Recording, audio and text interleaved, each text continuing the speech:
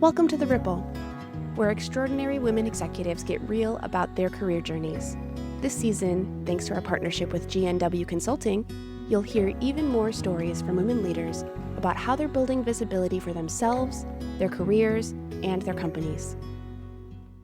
I'm your host, Ashley Lobbs, and today we'll be joined by the outrageously passionate Precious Williams. She's the CEO of Perfect Pitch Group, affectionately known as the Killer Pitch Master. Today, she's sharing the story of how she stopped listening to the critics and gave herself permission to follow her own path. And now she helps others pitch their potential. Precious, thank you so much for being with us on The Ripple. I'm so excited to talk to you. Me too. I want to hear how visibility has played a role in your career in helping you accelerate to where you are. Visibility has played such a major role in my career and in my life and in my relationships. I had been an attorney and become disgruntled. Yes, I'm here in the great state of New York. And I just felt like there was so much more for me. And it took me leaving my ex-fiance and meeting a very famous Hollywood actor just in the most crazy way that inspired me to start Curvy Girls Lingerie, my first business. What was the name of it? Curvy Girls Lingerie. Okay. The ultimate shopping experience for full-figure divas and what? Plus-size fashionistas. I love it. And so many people told me it would never succeed. One, how are you going to leave the love behind? I mean, you worked all your life for that. Second, you're too fat, too black, you don't have an Ivy League degree. And I was like, has that ever stopped me before? Nope. So every limitation that people threw at me, I just had to say, I'm built for this. I knew I was going to be somebody when I was 5 years old. So I went to an event I couldn't afford because my family and friends would not invest in my company like you're told all over. And I walked into the producers of MSNBC and just made up a pitch on the spot, not even knowing it was a pitch. I just knew I had to grab their attention. Made up a pitch on the spot and they loved it. They told me about the show Elevator Pitch. I'd ever heard of it. And of course I hadn't, but I got to say, Gotta roll with it. Let me tell you something. On February 9th, 2012, taking the Rockefeller Center in a Cadillac Escalade. And the driver asked me, who are you? I said, I'm a celebrity. Ooh. Not even know what was about to happen. Rockefeller Center. I have 1 minute to pitch Curvy Girls Lingerie. And in 54 seconds, I walked away with $500,000. Now, mind you, my family and friends said it wouldn't work. Other people said your business would never take off. You don't have the business skills. You went to law school. And here I did it live. And they ranked it as one of the top 5 pitches in the history of that show. So think about it. 227 pounds, mohawk, tailor-made for this. Because I said, hey, I can't come in with a moo-moo and acting like I'm scared. I'm dating a snake over here. You don't even want to know. And I wanted women to feel, women who had a little bit more meat on their bones, that we deserve this.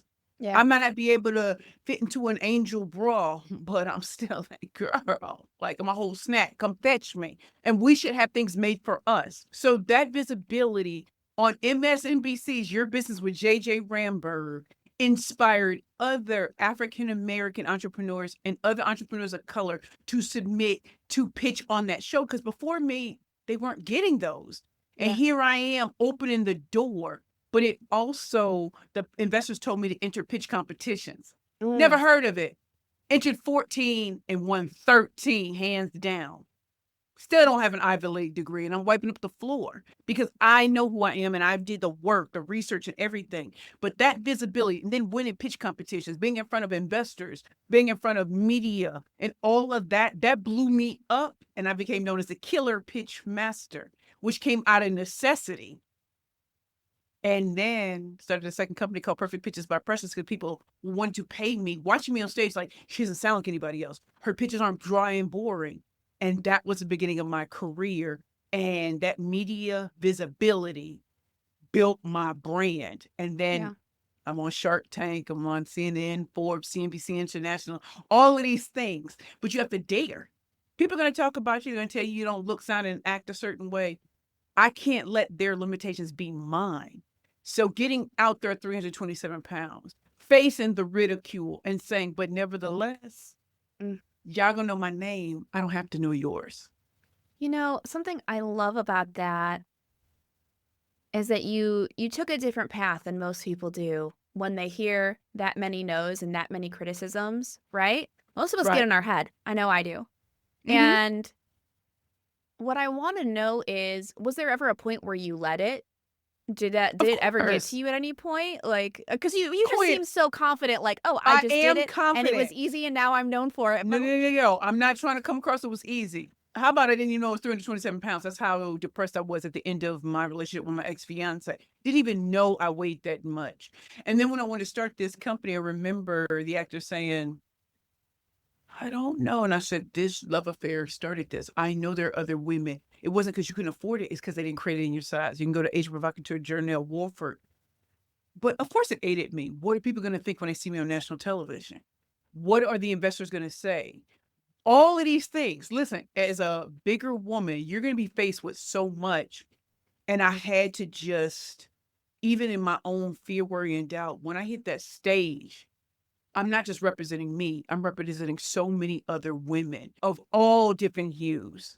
And I have to show that no matter what, I'm going to stand on this stage and I'm going to win. yeah, And you're not going to see the fear, worry, and doubt. Now, do my friends know me? Yeah, like I've had, listen, the sleepless nights. Is this investor going to be interested? Is the media going to tear me apart? How do I answer? How do I respond? Of course. Of course, I still have fear, worry, and doubt today. I just do it afraid. And I'm not mm, 327 pounds anymore. In fact, I just came back from New Orleans where I launched the 40-year plus glow up, celebrating the 40s, 50s, 60s, and beyond.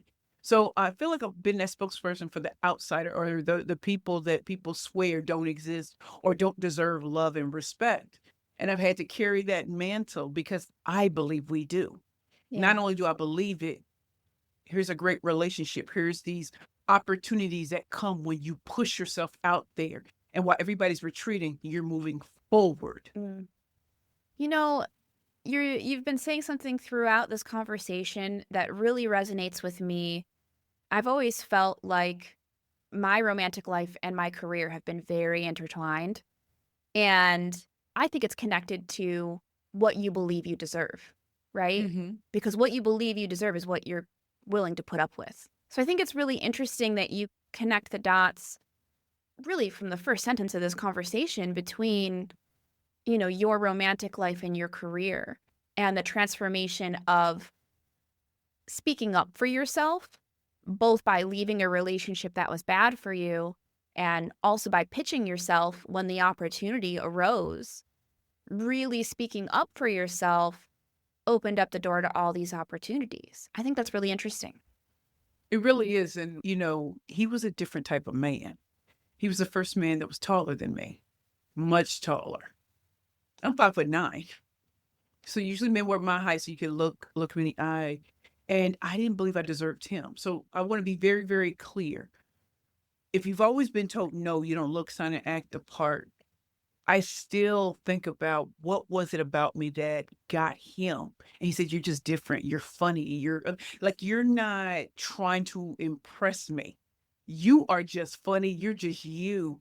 And you have a beauty that is so engaging. You know how to walk into rooms. And I'm just looking at him like I'm 327. He said, but in your mind, you're 327.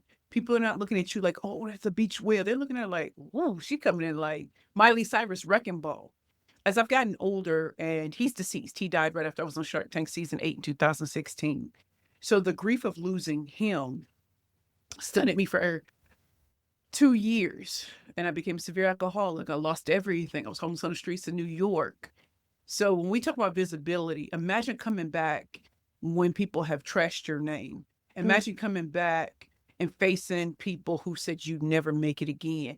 Imagine wanting to restart. So Curvy Girls Lingerie came to completion right after Shark Tank because of his death. And then to start Perfect Pictures by Precious again. Can you imagine fear, worry, and doubt? Oh, I yeah. have no money, I have no friends, I have none of this. And just I kept hearing my creator say your second chapter is going to be better than your first. And like, how does that work when you don't have anything? He told me to get into certain rooms. So the Hmm. people who close the door on you, let it go. That's done. You need to find the rooms where people don't even know they've never experienced someone with your talent and skill set. And they're going to appreciate that. So they're going to higher dollar events and praying I could just get in, right? And I did. And when I was blessed with the microphone, when you introduce yourself and you do these elevator pitches, I would blow them away. What would that do? We need her. We need her. We need her. Can you imagine my first speaking engagement was at Bottomless Closet, a queen I met at the Tory Burch Embrace Ambition, where I got tickets and I was homeless. We're not going to address that issue. That's what I'm talking about, visibility. Yeah. I'm pitching myself to her as a killer pitch master, although I'm homeless. Like, right? I'm telling her who I am and who I'm becoming again. And I did so well. I got booked by Viacom, which is now Paramount. Do you see? Yeah. It was media doing it, but in my mind, I'm thinking, oh, I'm just pitching. But that elevator pitch was really a media pitch. So imagine in my journey how all that happened. There's something I really want to ask you about. I work with a lot of women executives who feel uncomfortable being in the spotlight and being seen, right? Mhm. And something that I hear a lot is that they don't feel comfortable being seen as what they're trying to become. They don't want to be seen becoming. They only want to be seen as the thing when they get there.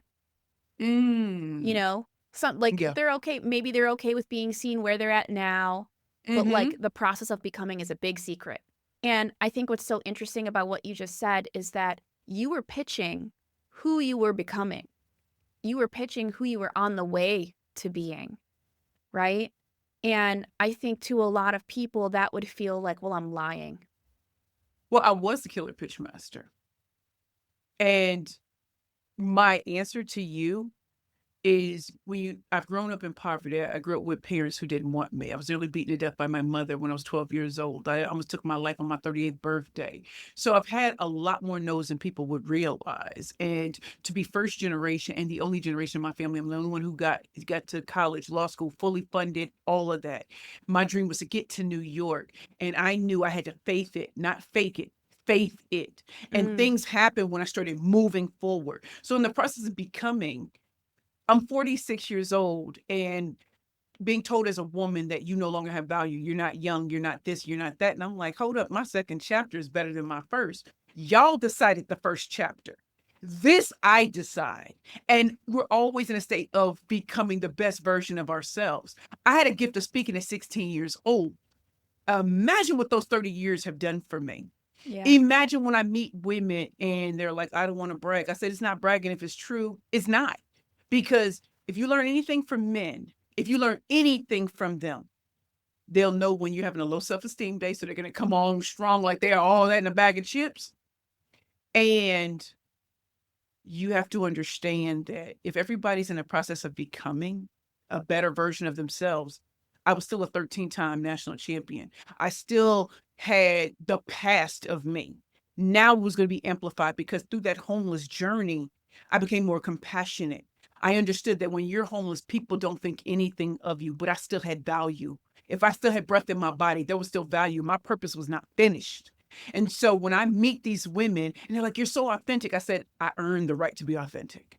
I earned the right, no code switching. I earned the right. I have a law degree. I have an English degree, and I'm teaching tech companies, financial services companies, real estate companies. But I was homeless not that long ago.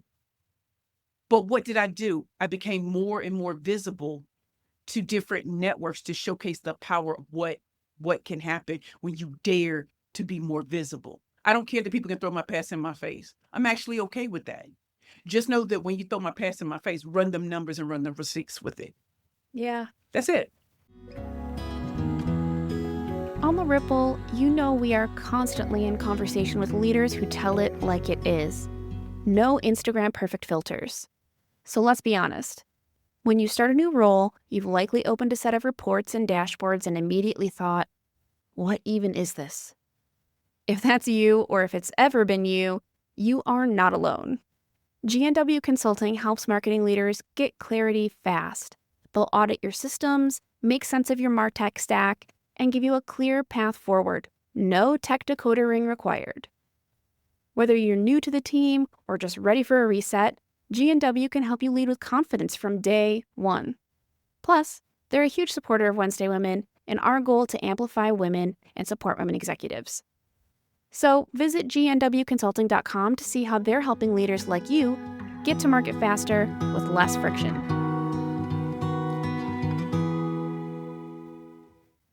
what's powerful and what I hope a lot of people take away from this is the reminder that even if you lose it all, you still have value. You know, Yep. and that's your story is such a hard way of learning that. And I think that your experience is something that a lot of people are afraid of. You know, that they're afraid if they put themselves out there, if they risk anything, they risk everything. And if they risk everything and they lose, that they're not valuable anymore. Yeah, that's what caused my severe depression years ago. And so when I was in a Bioremission Women's Center, which is a Christ-centered life transformation program for those 2 years, there was so much work done in me. We didn't have access to cell phones and all of that. So it was literally growing in community and saying that your value doesn't come from what you do, but who you are. Yeah. Did I think when I walked out of homelessness that I would write 5 #1 best-selling books?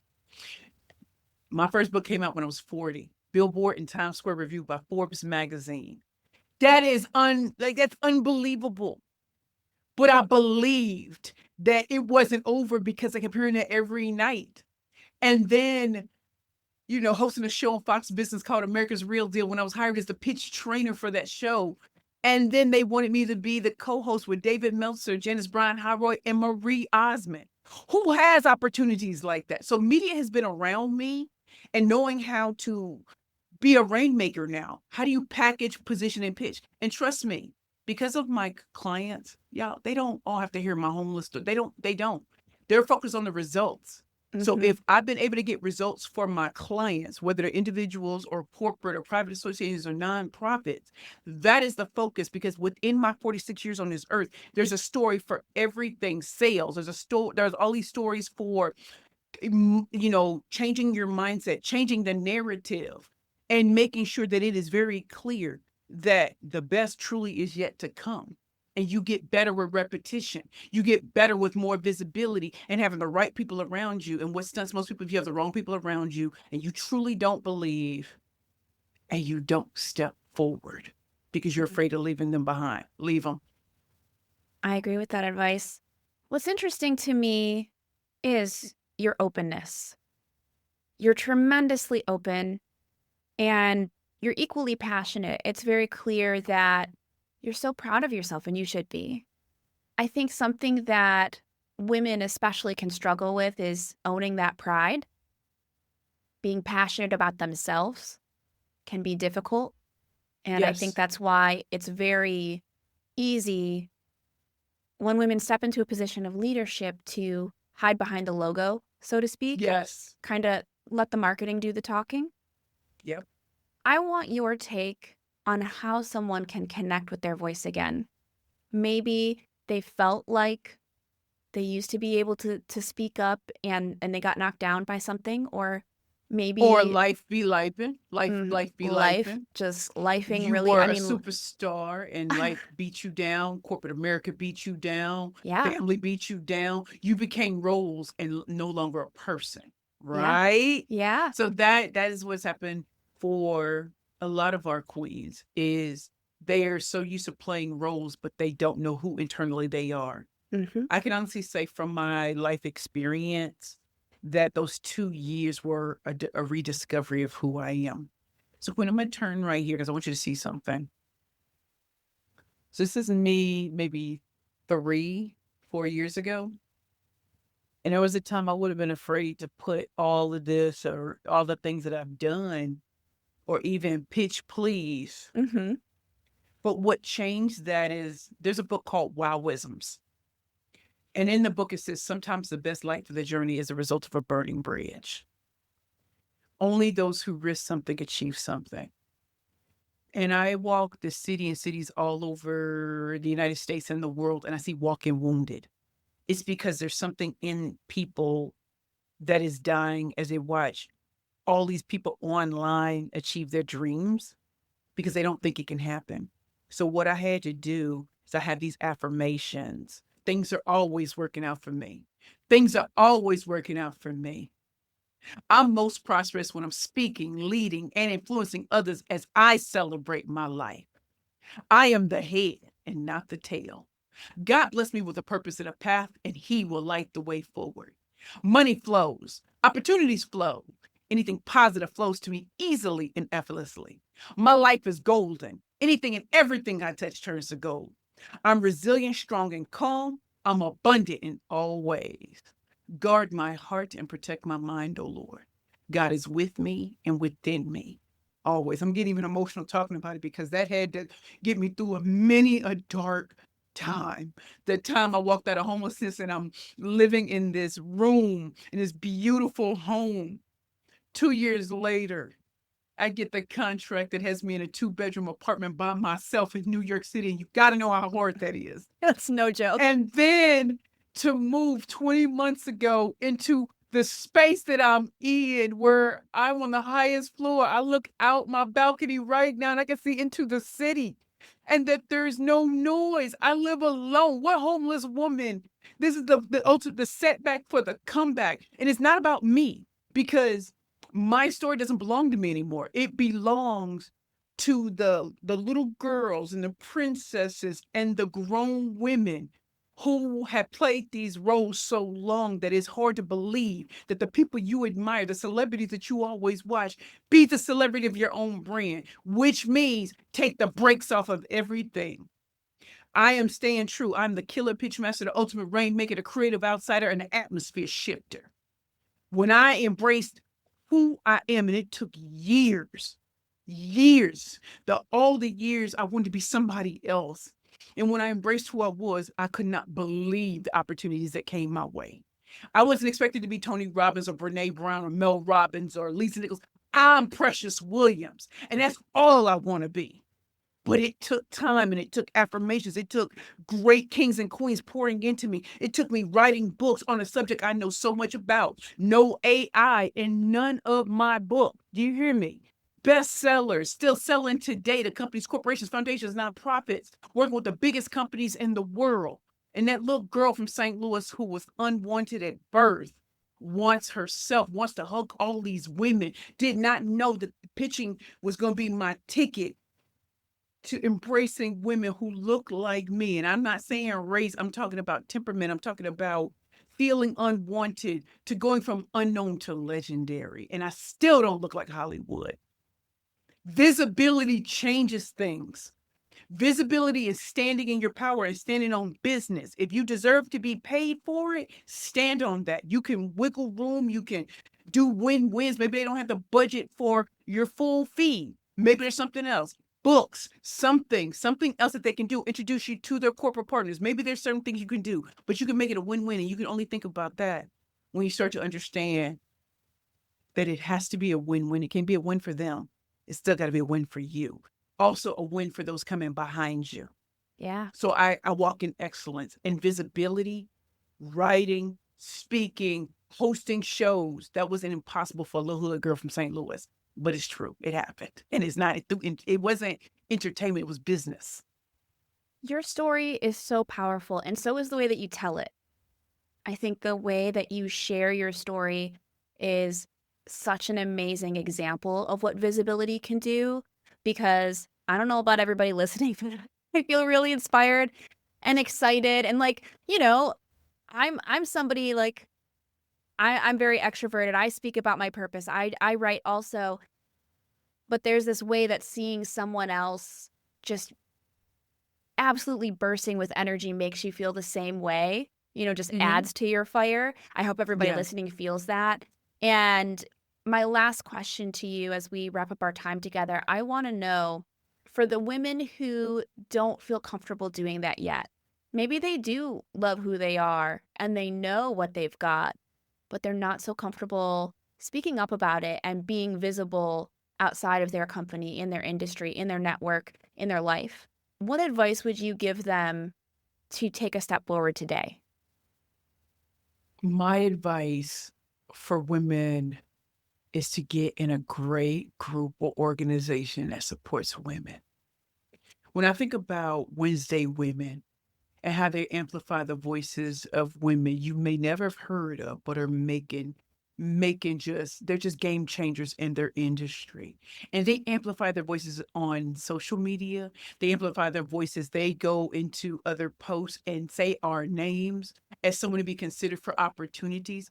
So when you think of Wednesday Women. You think of Leslie, you think of Melissa, you think of those type of organizations, or NABO, or, the Dames, or any of these great women. When you think about those type of organizations, make sure you're around real queens, because they fix your crown when it's crooked and they never make you feel bad about it.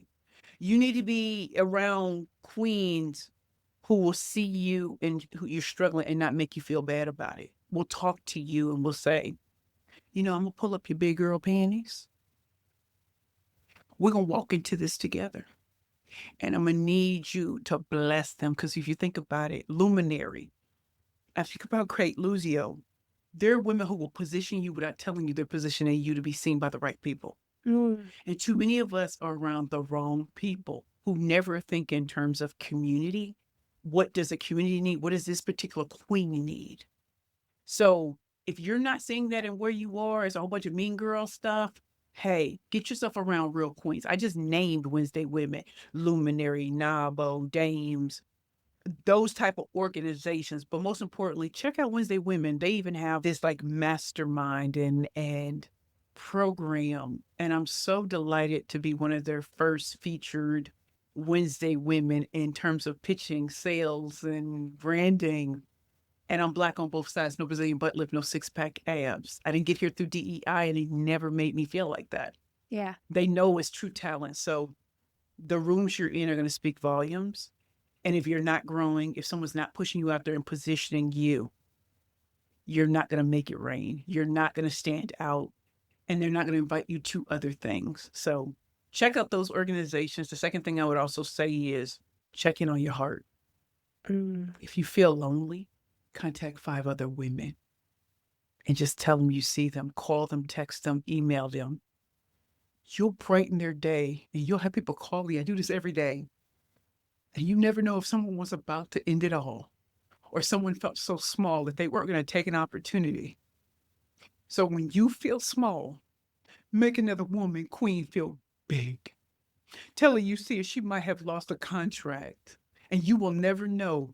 But while you did that, you blessed her, and she's going to bless you back. That's such good advice. Just being in community and seeing other people and caring for them. And I don't know about you, but when I do those kinds of things, yeah, my heart's full, even when it started empty. Yeah. Because someone's gonna do it for you, or you knowing that you prevented someone from doing something drastic or engaging in behavior that they know they have no business, or dating somebody they know they shouldn't, because you say, I see you. When we gonna get together, let's get that Zoom on since you around the country. I need to see you. What's good in the hood? Check in with their heart, not just say, hey, how are you? I'm good. No, I don't want to hear that. Take the mask off. Let's have that conversation. Let's get this work. Well, Precious, I want to thank you so much for your time today. I think you have been the queen straightening all of our crowns today. I really appreciate that. Thank you. Thank you. I'm feeling well adjusted, and I hope all of our listeners are too.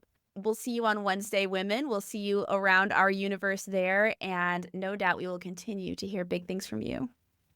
No doubt. Thank you so much, Queen. Really appreciate being on the Roof podcast.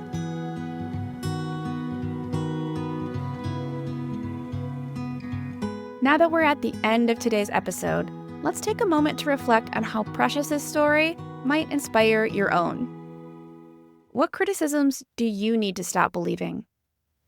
And how comfortable do you feel with being seen in the process of becoming?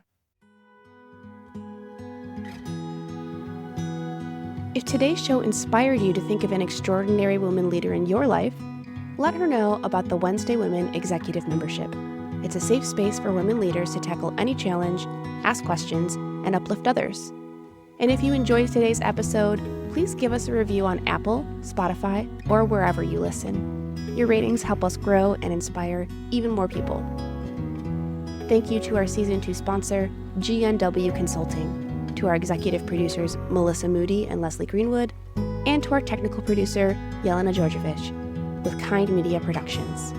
I'm your host, Ashley Lobbs, hoping this small ripple creates a big wave in your life. Until next time.